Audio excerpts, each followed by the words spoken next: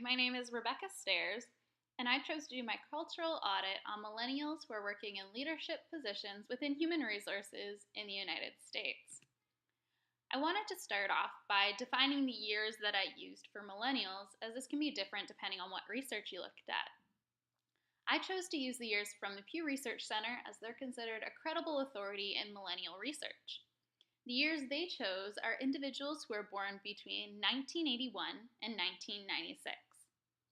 That means that in 2019, those individuals will be turning 39 to 23. Currently in the United States, there's 71,000 millennial human resource managers. This is 23% of all those in the United States, and though it's a small percentage, as millennials phase into position, that also means other generations are phasing out. So over time, that number is only going to grow. I wanted to look at a couple of the major events that occurred in the lives of millennials because this has helped to shape their values and their worldview, deciding how they make decisions on who they are and what they do. We're first going to look at the year that millennials were actually born. And this is a time when birth control was starting to become prominent in the world, especially in the United States. And millennials are actually considered to be one of the most desired generations by researchers. This means that because of birth control, parents could plan when they actually wanted to have children. And from their research, they found that because of being this desired generation, that they were told that they were special and that they ended up with this exaggerated sense of being able to do anything that they wanted to be able to do, and that opportunities were endless for them. As the years go on and they move into the work world, this view might pose some challenges for them with the feelings that they can do anything that might not be the reality, and that's actually what they found. In regard to education, one of the biggest shifts was in 1991 when the internet became open to the public.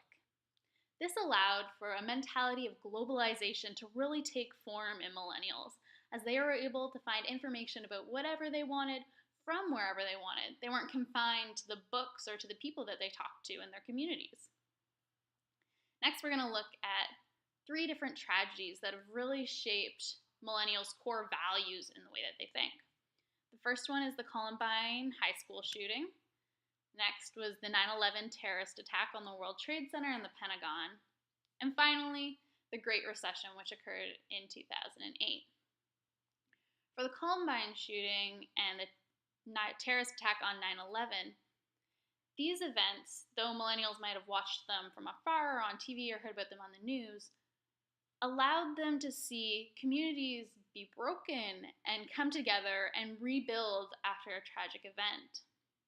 Similar with the Great Recession, this one hit a lot closer to home for a lot of millennials, as a lot of their families lost their jobs, their savings, or their house. During this period, millennials got to see their families come together and struggle through difficult circumstances and come out on the other side. It built a feeling of resiliency and seeing what can come from dark times or hard events in their lives. Researchers that looked at both millennials' mentality after the 9/11 attack as well as the Great Recession found that millennials' concern for others grew during these times, as well as their concern for the environment. They also found that millennials became more skeptical and jaded during these times, less willing to trust businesses or others around them, the government.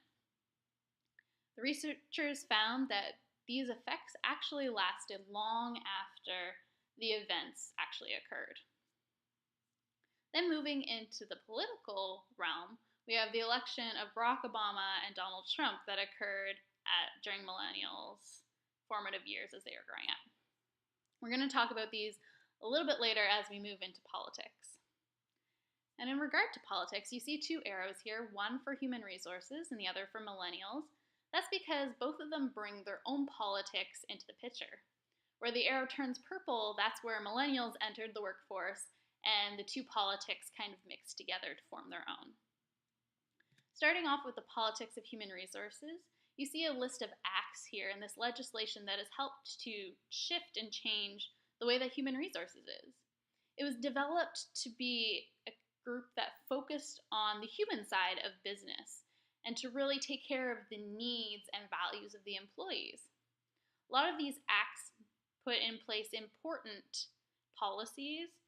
They made it illegal to discriminate based on one's race or gender, age. They also put in place different acts that provided more safe environment for employees, as well as the ability to leave work if there was a family or medical emergency. When combined together, each of these acts have really shifted the focus and values of human resources to want to take care of the whole person, not just one side of their employees, but really value all of their what they care about and how employees see the world.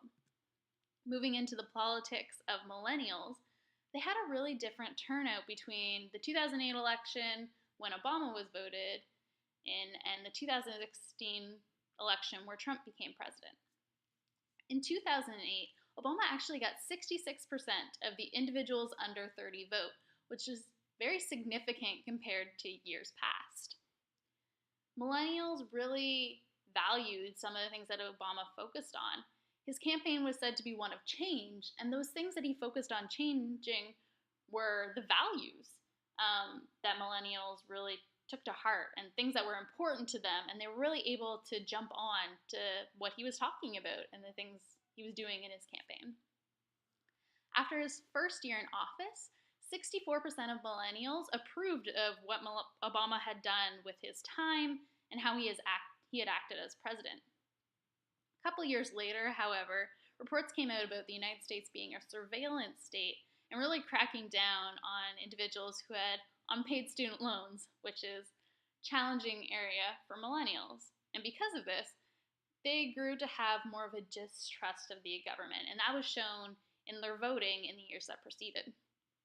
Moving into 2016, when Trump was voted president, people also say, actually the research says that Trump's campaign was also focused on change. However, the areas that he wanted to change were not those that millennials valued. And so he really got more of the other generations, but millennials felt left behind. Trump only had a 27% approval rate from millennials in his first year with the work that he had done, and a lot of them actually opposed some of his campaign promises. 72% of millennials oppose the wall going up, and 82% are actually in favor of giving legal status to children who were illegal immigrants and came to the United States when they were young. Looking at a couple more of millennials' values from the Pew Research Center and their views politically, majority of them have liberal views, either being moderately liberal or high. And this is shown throughout the other things that are important to them, as you can see here, with immigration and global warming and racial equality and same-sex marriage.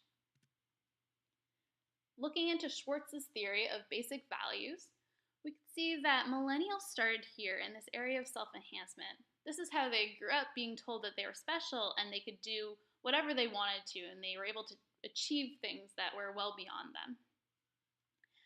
Throughout the events of 9/11 and the Great Recession, however, you got to see these values grow in millennials as they became more concerned for others and for the environment. As their liberal views map onto their values, we also see this area, this openness to change, grow in millennials and really form how they see the world and people around them.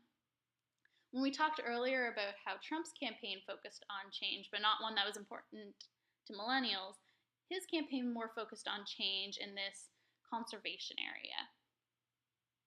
In regard to human resources, it's actually important that someone who's working in that area understand all of these values and have them, because they are working with people who have different values and think different ways. So as a human resources individual, you need to be able to connect and work with all those people. So millennials have an area of growth in some of these values over here. Now looking into power dynamics as millennials and human resource politics combine, we have Hofstede's power distance, and millennials are shown to actually have just a little bit lower of a score than the United States score at 40. This means that millennials are in support of egalitarianism in the workplace. This means that no matter how long someone has worked in an organization, they should have a similar say in what is going on in the policies that are put in place. So someone who has worked there for only a couple weeks should have the same amount of a voice as someone who has worked there for years. Ismail and Liu's research has actually found, however, that in regard to leadership, it's actually better to have a higher power distance because you're more able to see the different levels of power and reach and attain those higher levels. Moving on to linguistics, I wanted to compare and contrast millennials to human resources, specifically focusing on a couple of the important differences. The first one I want to talk about was space. Millennials have this technological separation. They grew up with technology and media and are really great at the human resources area that focuses on emails and texting and connecting over the internet. Many of human resources roles, however, focus on this face-to-face interaction, meeting with people in the company and learning about what's going on, what needs to be improved, what needs to change, and hiring people. This is somewhere that millennials have some learning to do and some area of growth where they can get from this technological separation to also being able to incorporate how to interact face-to-face. In regard to time, millennials have this short-term view.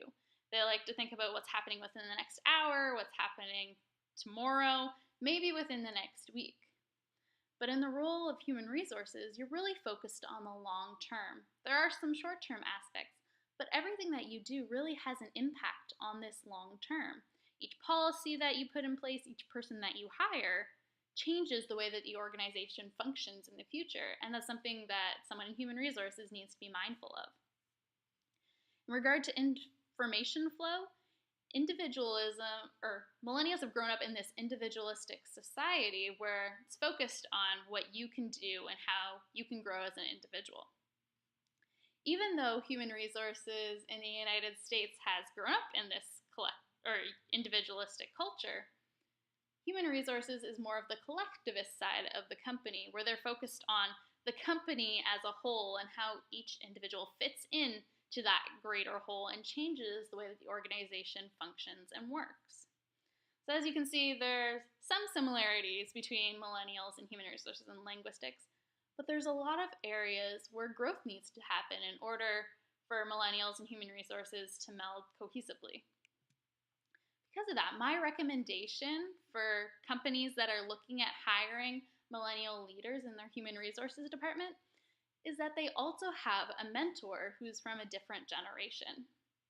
This mentor would be able to help millennials learn the values that they might be lacking or different areas of linguistics, like that long-term perspective and that focus on face-to-face communication. Whereas millennials, they do have really great qualities and aspects for leaders. They have high concern for others and for the environment, which will help propel them forward, but they also need that other side that can come from a mentor. And together they can build something great together and make the future of human resources into something that it's never been before and allow it to be propelled into the future.